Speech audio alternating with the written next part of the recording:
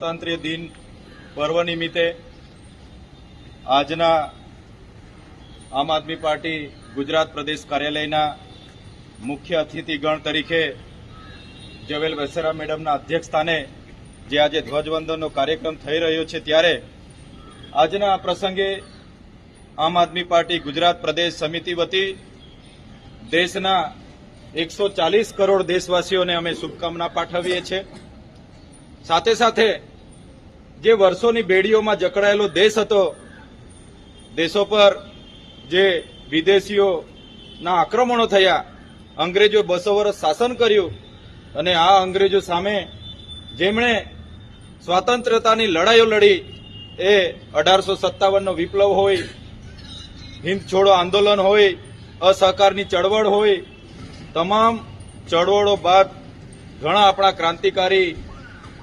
ક્રાંતિકારીઓ શહીદ થઈ ગયા, શહીદી વહોરી લીધી અને આપણા દેશવાસીઓને જે આઝાદી આપી છે, ત્યારે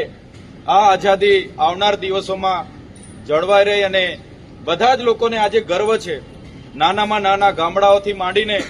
શહેરોમાં આજે બધા હર્ષો ઉલ્લાસ સાથે આ પર્વ ઉજવી રહ્યા છે, ત્યારે આજે 140 કરોડ દેશવાસીઓને અમે શુભકામનાઓ આપીએ છીએ। સાથે સાથે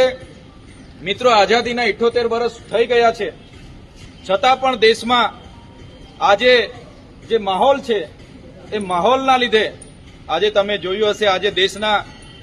જે શાસનકર્તાઓ છે, યેન કેન પ્રકારે